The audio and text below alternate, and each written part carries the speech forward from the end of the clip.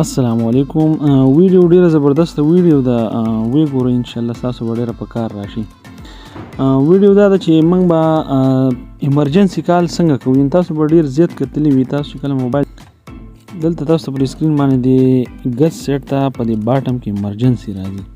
تاسو به ډیر لیدلی خو دینه به تاسو چرته کال نه موږ کال څنګه کوو د دې ځای نه ایمرجنسي کال. د دې به موږ لږ سیټینګ وکړو. دې نه تاسو په دې ایمرجنسي باندې چې کلیک وکړئ، دلته به تاسو ته په دې ګوټ کې د میډیکل آی ډي دا سټار په شان بټن ښکاري سره.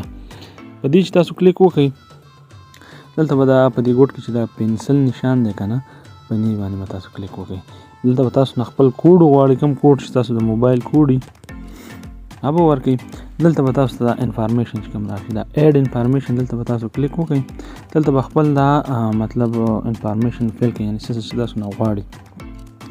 صرف دې پرپز دپاره دا یوز کېږي چې زه پکې صرف د فون نمبر اچوم، یعنې کله چې څه ایمرجنسي الله مکړه تاسو ته پېښه شي، ستاسو په فون کې که لاک وي، ستاسو په ایمرجنسي کې به هماغه ډیټیل پروت وي، په هغې باندې تاسو سره خلک کانټیکټ کولی شي.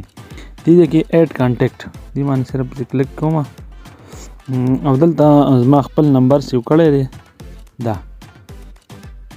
دلته ما دا پکې واچوم. اوس زما بیک چې بیک راشم، دلته دغه نمبر پکې زما ایډ شو.